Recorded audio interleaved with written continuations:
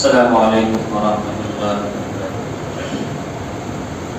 الحمد للہ وکفی وسلام علی عبادہ الذین اصطفی، اما بعد، اعوذ باللہ من الشیطان الرجیم، بسم اللہ الرحمن الرحیم۔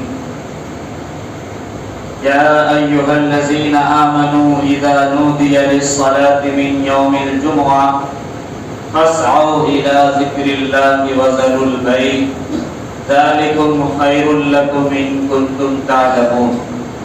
صدق اللہ المولانا العظیم۔ وقال النبی صلی اللہ علیہ وسلم قرۃ عینی فی الصلاۃ او کما قال علیہ الصلاۃ والسلام۔ معزز سامعین کرام، بزرگان دین، عزیز بچوں، اللہ رب العزت کا سب سے پہلے ہم شکریہ ادا کرتے ہیں کہ اللہ تعالیٰ نے انسانوں کو مختلف خوبیوں کے ساتھ پیدا کیا ہے۔ جو خوبیاں انسان کے اندر اللہ نے عطا کی ہے وہ دوسرے مخلوق کے اندر نہیں۔ تقریباً 18,000 مخلوق کو اللہ نے پیدا کیا۔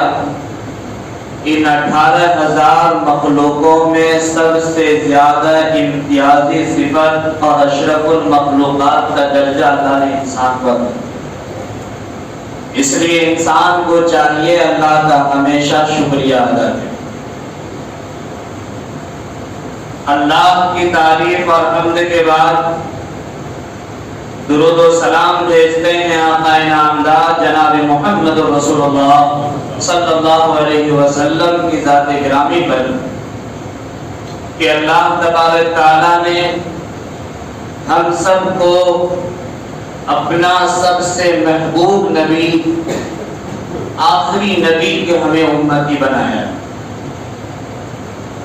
جس طرح سے آخری نبی کا بڑا درجہ ہے، ایسے ہی آخری امتی کا بھی بڑا درجہ ہے۔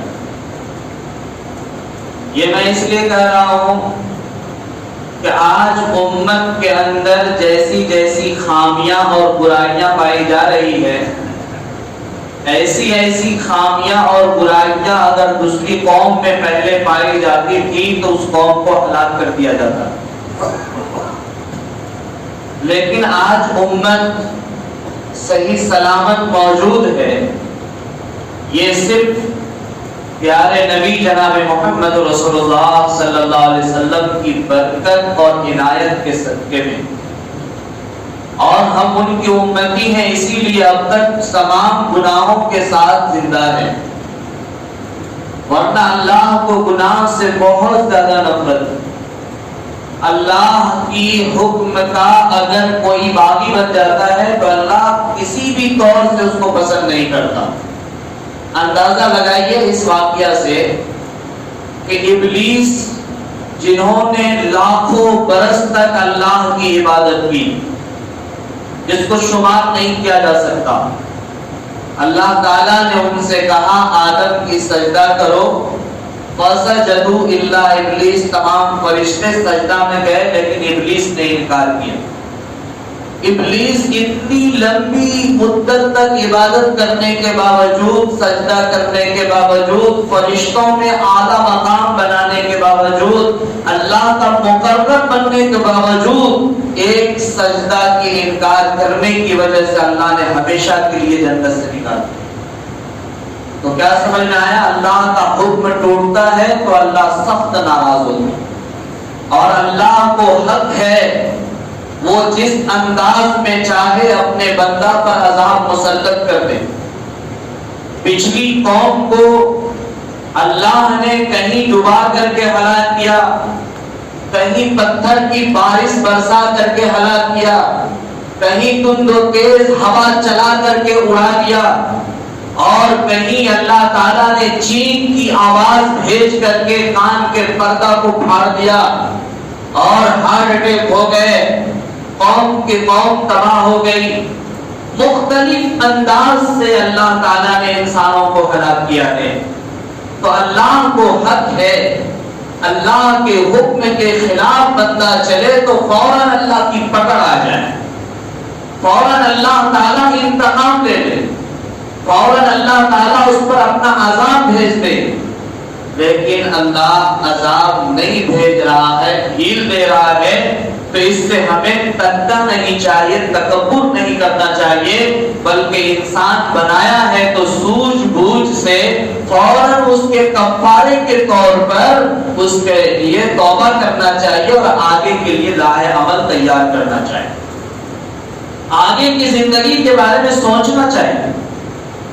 ہم نے قرآن شریف کی آیت تلاوت کی، اے ایمان والو جب جمعہ کے لیے تمہیں بلایا جائے، اذا نودی للصلاۃ، جب نماز کے لیے تمہیں بلایا جائے تو تم اللہ کے ذکر کے طرف، فاسعوا الی ذکر اللہ، اللہ کے ذکر کی طرف دوڑ جاؤ۔ یہاں اللہ کے ذکر سے مراد خطبہ ہے، جو عربی میں خطبہ ہوتی ہے، اللہ کے ذکر سے مراد وہ خطبہ ہے۔ ابتدائی زمانے میں نماز پہلے ہوتی تھی اور خطبہ بعد میں ہوتا تھا۔ جس وقت یہ آیت نازل ہوئی تو اللہ تبارک تعالیٰ نے فرمایا کہ تم خطبہ کے لیے دوڑ پڑو، پیچھے مت رہو۔ اور پھر حضرت عثمان غنی رضی اللہ تعالیٰ عنہ کے دور میں 2 اذان مقرر کیا، ایک اذان نماز کے لیے جو خطبہ سے پہلے دی جاتی ہے، اور ایک اذان پکارنے کے لیے لوگوں کو مسجد میں جمع کرنے کے لیے۔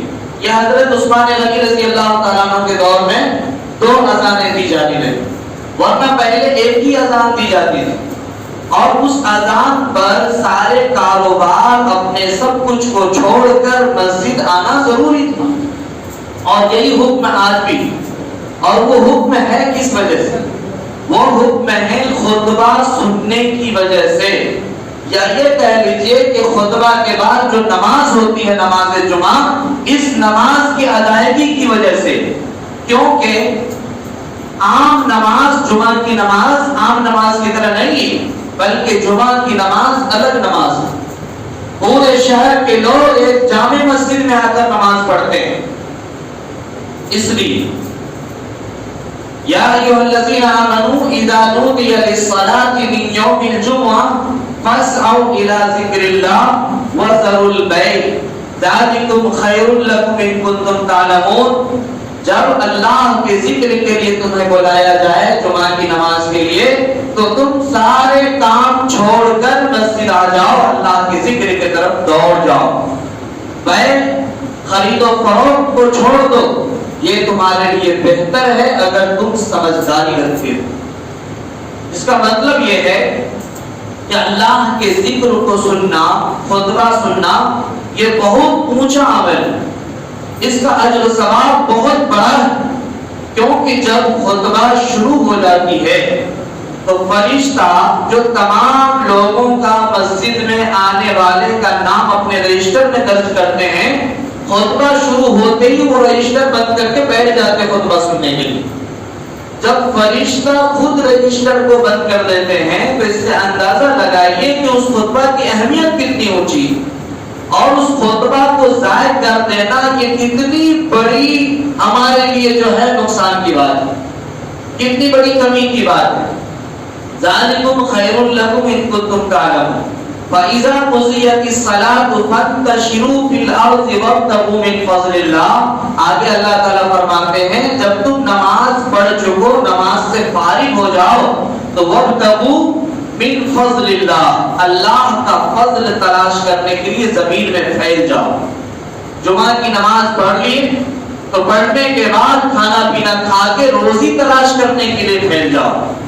روزی تلاش کرنا، وہ بھی حلال روزی، یہ بھی نماز کی طرح ہی عبادت ہے، یہ بھی نماز کی طرح ہی فرض ہے، حلال روزی تلاش کرنا۔ اس لیے اللہ نے فرمایا فَإِذَا قُضِيَتِ الصَّلَاةُ فَانتَشِرُوا فِي الْأَرْضِ وابتغوا من فضل اللہ واذکروا اللہ کثیرا لعلکم تفلحون. آگے اللہ فرماتے ہیں جب تم روزی تلاش کرنے کے لیے ٹھہر جاؤ تو وہاں اللہ کو مت بھول جانا. واذکروا اللہ کثیرا, خوب اللہ کو یاد کرو. روزی تلاش کرنے کے لیے گئے ہیں تو اللہ کو یاد کرتے رہو, اللہ کا ذکر کرتے رہو. اس سے کیا ہوگا؟ اللہ تعالیٰ لوگوں کے دل کو آپ کے تجارت کی طرف مائل کر دے. اللہ کے ذکر آپ کرتے رہیں. اللہ تعالیٰ کے مٹھی میں انسانوں کا دل ہے. اللہ چاہے جس کو جدھر گھما دے, جس کو چاہے جدھر پھیر دے. گھر سے آدمی نیت کر کے چلتا ہے فلاں دکان میں ہم کپڑا خریدیں گے, لیکن راستے میں آ کر کے مزاج میں بات آتی نہیں اس میں نہیں دوسری دکان میں لے. اب یہاں خریدنے کے لیے آئے, نہیں یہاں پسند نہیں ہے دوسری دکان چلے جاتے ہیں, حالانکہ اس سے اچھا کپڑا وہاں موجود تھا. لیکن نہ خریدنا, دوسری کی دکان تک چلا جانا یا کہیں سے چل کر کہیں آنا, یہ کس وجہ سے ہو رہا ہے؟ اللہ تعالیٰ کا دل میں بات ڈالنے کی وجہ سے. وَابْتَغُوا مِن فَضْلِ اللَّهِ, کہ اللہ کے لیے اللہ کا فضل تلاش کرنے کے لیے روزی کے لیے تم نکل جاؤ اور اللہ کو خوب یاد کرو, اللہ کو بھولو نہیں.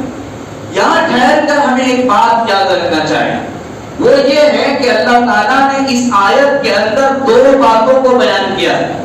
ایک روزی کی تلاش اور دوسری اللہ کی عبادت نماز. نماز پڑھ چکو تو روزی کی تلاش میں نکل جاؤ.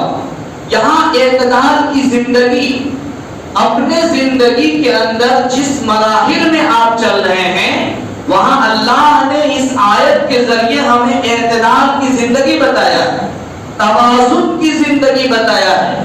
یعنی مطلب اس کا یہ ہے کہ پورے دن اور رات صرف اللہ کی عبادت ہی میں نہ لگا رہو, پورے دن اور رات صرف کام ہی میں نہ لگا رہو, بلکہ اس کے لیے حد بندی پیدا کرو. تم عقل مند ہو, انسان ہو, اشرف المخلوقات تم کو بنایا ہے, تمہیں سوجھ بوجھ دیا ہے اللہ تعالیٰ نے, تو تم اپنے ذہن اور اپنے دماغ میں کھاتا تیار کرو کہ فلاں ٹائم میں ہمیں نماز پڑھنا اور فلاں ٹائم میں ہمیں روزی تلاش کرنا ہے. دونوں کام کا ایک کھاتا بناؤ, دونوں کام کے لیے ایک کھاتا بناؤ. ایسا نہیں کہ کام کر رہے ہیں تو مہینہ مہینہ کام ہی کر رہے ہیں, اور نماز پڑھ رہے ہیں تو مہینہ مہینہ صرف نماز ہی پڑھ رہے ہیں. نماز پڑھ رہے ہیں تو تجارت چھوڑ رہے ہیں, اور تجارت چھوڑ رہے ہیں تو تجارت کر رہے ہیں تو نماز کو چھوڑ رہے ہیں. اپنی زندگی میں ایک اعتدال پیدا کیجئے, اور دونوں کام ضروری. دنیا میں سہولت کی زندگی جینے کے لیے تجارت کرنا بھی ضروری ہے, کاروبار کرنا بھی ضروری ہے, محنت مشقت کرنا بھی ضروری ہے, اور آخرت کا انعام پانے کے لیے, جنت حاصل کرنے کے لیے اللہ کی رضامندی بھی ضروری ہے, اللہ تعالیٰ کی عبادت بھی ضروری ہے. تو یہ دونوں چیز ہے, یہ دونوں چیز ہے. اگر دونوں کو معیار کے ساتھ اگر کام کریں گے, توازن کے ساتھ آپ کام کریں گے, تو دنیا بھی کامیاب اور آخرت بھی کامیاب. نہ دنیا میں شرمندگی ہوگی نہ آخرت میں شرمندگی ہوگی. اگر دنیا کمانے میں اللہ کو چھوڑ دیے تو اللہ ناراض ہو جائیں گے. اگر اللہ کو ہی راضی کرنے کے لیے دنیا کمانا چھوڑ دیے تو بیوی بچے ناراض ہو جائیں گے, کہیں گے مجھے طلاق دے دیجیے, ہم جاتے ہیں اپنے گھر میں رہیں گے, آپ کو سکت نہیں ہے کمانے کا کھلانے کا, ہم آپ کے گھر میں کیا کریں. بہت کچھ, بہت سارا مسائل, بہت سارے مسائل ہے, اور یہ مسائل آج بے در پہ میں پایا جا رہا ہے. اور بعض لوگ تو یہ سمجھتے ہیں کہ شادی کے موقع پر چلو 2-4 لاکھ روپے لے لیں گے لڑکی والے سے تو کچھ دن ہمارا گھر چل جائے, کچھ دن ہمارا گھر چل جائے گا. لیکن کیا آپ کو پتا نہیں کہ جو مال آپ نے لڑکی والے سے لیا ہے وہ مال آپ کا حرام ہے, وہ مال آپ کا حرام ہے, اور اس مال کا حساب تو قبر میں جا کے دینا پڑے گا. اس مال کا ایک ایک روپیہ کا حساب تو قیامت میں میدان محشر میں جب آپ کا نام بورڈ لگے گا اوپر میں, جب اولین آخرین کا مجمع ہوگا, کتنے بڑے مکار اور کتنے بڑے لٹیرے تھے اور کن کن کو ذریعہ روپیہ لگا کر کے آپ پیسہ ٹان رہے تھے، کبھی ماں نہیں مانتی ہے، کبھی بہن نہیں مانتی ہے، کبھی دوسرے بھائی نہیں مانتا ہے، کبھی ہمارا گارجن فلاں آدمی ہے، ہم بچ رہے ہیں کیونکہ ہم جماعت میں گئے ہیں نا، ہم نہیں مان سکتے، ہم عالم ہیں نا، ہم نہیں مان سکتے، منہ نہیں کھول سکتے، ہم نمازی ہیں نا، ہمارے چہرے پر داڑھی ہے ماشاءاللہ، ہم کیسے کہیں گے کہ ہم کو 2 لاکھ روپیہ چاہیے، ہم کیسے کہیں گے کہ ہم کو گاڑی چاہیے، ہمارے پاس سکت نہیں ہے کہنے کی، چلو ہمارا بھائی مہرا بنے گا، ان کے گردن پر تلوار لگا کر کے اسی سے استعمال۔ یہ تماشا دنیا تک ہی محدود رہے، یہ مکاری صرف دنیا میں چلے گی، لیکن اللہ کے دربار میں جو فعال لما یرید ہے، جو اللہ تعالیٰ دل کے بھید کو بھی جانتا ہے، اس سے کوئی نہیں بچ سکتا، اس سے کوئی نہیں بچ سکتا ہے۔ اس لیے یاد رکھیے، بیٹی اور بیٹا یہ دونوں اللہ کی بڑی نعمت ہے، یہ دونوں اللہ کی نعمت ہے۔ اگر آپ اپنی بیٹی کو